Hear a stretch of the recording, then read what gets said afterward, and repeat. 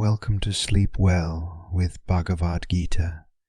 When we listen, we relax, and we get sleepy. When the time came for Krishna to be born, the surroundings were enveloped in a divine aura. A heavy rain poured down, and the river Yamuna swelled, allowing Vasudeva to carry the newborn Krishna across its waters to Gokul, a village where he would be. Miraculously, the river parted to make way for Vasudeva, and he reached the house of Nanda and Yashoda, a cowherd couple, where a baby girl had just been born. Vasudeva exchanged the babies, and the divine baby Krishna was placed in the care of Nanda and Yashoda. Back in Mathura, Kansa was informed that Devaki's child had been born and had vanished from his grasp. He realized the prophecy was coming true and that his nemesis was alive. In Gokul, Krishna grew up as a playful and mischievous child, endearing himself to everyone around him. His escapades included stealing butter from neighbors' houses, breaking pots, and even playing pranks on the gopis, cowherd girls. These exploits earned him the nickname Makan Chor, but Ter Thief.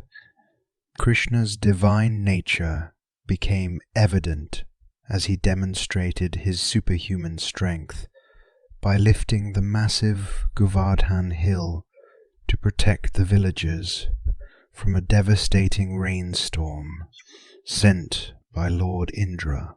This incident showcased Krishna's compassion and his connection to nature. As Krishna grew older, he demonstrated his prowess by defeating various demons that threatened the villagers and the world. One such demon was Putana, who assumed the form of a beautiful woman to poison the infant Krishna. However, Krishna overpowered her and liberated her from her malevolent ways. He also conquered the serpent demon Kaliya, who had poisoned the waters of the Yamuna, and the bird demon Bakasura. These feats solidified Krishna's reputation as a divine protector and a force against evil. Krishna's interactions with the gopis, particularly with Radha, became the basis for the enchanting tales of the Ras Leela. The Ras Leela describes Krishna dancing with the gopis in the moonlit nights of Vrindavan. This profound and mystical relationship became a central theme in Krishna's life and teachings. Krishna's childhood is a tapestry of divine interventions, miraculous events, and charming stories that illustrate his multifaceted nature as a playful child. These stories continue to inspire devotion and reverence among his followers, making Krishna's early years a cherished part of Hindu mythology and culture. The childhood of Lord Krishna, full of enchanting tales and miraculous incidents, is a source of wonder and inspiration for devotees. His divine presence in the village of Gokul, where he was raised by Nanda and Yashoda, was marked by his mischievous yet endearing actions that captured the hearts of all who knew him. One of Krishna's most famous exploits is his penchant for stealing butter. Known as Makan Chor, Krishna would sneak into the homes of Gokul's residents to pilfer freshly churned butter. His playful nature charmed the villagers, even though they were occasionally exasperated by his actions. The sight of young Krishna, with his mischievous grin, stealing butter from earthen pots, remains an iconic image. In addition to butter, Krishna had a fondness for yogurt and milk.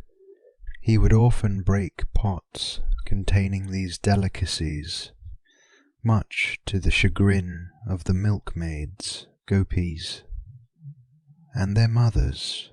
Despite their complaints, Krishna's divine aura and charisma made it impossible for them to stay angry for long.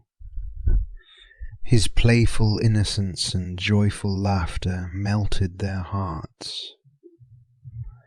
One day, as Krishna played near the bank, the serpent's poison had polluted the river and terrified the villagers. Unperturbed, Krishna jumped into the river, subduing Kaliya in a fierce battle.